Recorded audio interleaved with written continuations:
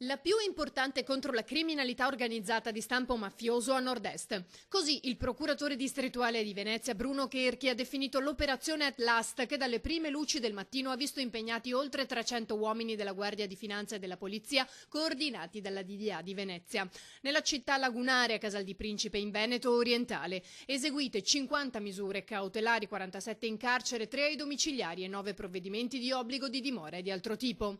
Un'associazione camorristica, Clan dei Casalesi, radicato sul territorio da oltre 20 anni, via via divenuta sempre più forte, sempre più capace di svolgere non solo attività tipicamente tradizionalmente camorristiche, quali l'estorsione, l'usura, ma servizi illegali, recupero credito, o addirittura la costituzione di imprese, di società finalizzate a fornire la manodopera a costi molto bassi, attraverso l'evasione degli oneri previdenziali e degli oneri fiscali.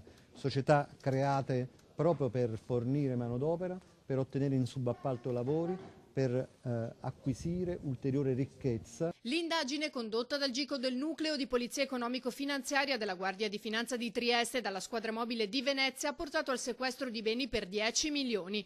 Tra gli arrestati il sindaco di Eraclea Mirko Mestre per voto di scambio con la Camorra. In carcere anche Denis Poles, direttore di banca a Jesolo. Consentiva ai malavitosi di operare sui conti societari senza averne titolo, concordando l'impiego di prestanome e omettendo sistematicamente di segnalare le operazioni sospette.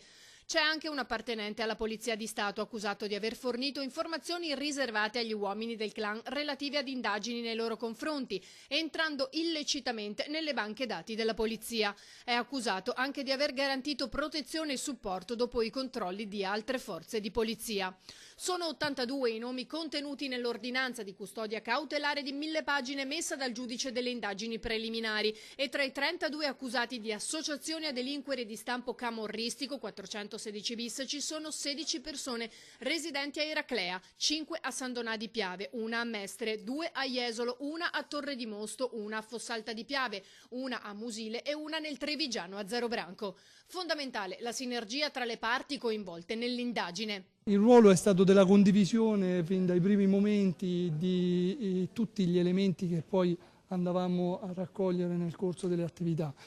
Ovviamente la Guardia di Finanza ha una propensione specifica verso la parte economico-finanziaria che, messa insieme ovviamente agli elementi che stavano acquisendo sul territorio la Polizia di Stato, siamo riusciti appunto a porre in essere un'azione molto forte di contrasto a quella che è stata una vera e propria penetrazione nel territorio del Veneto della criminalità organizzata.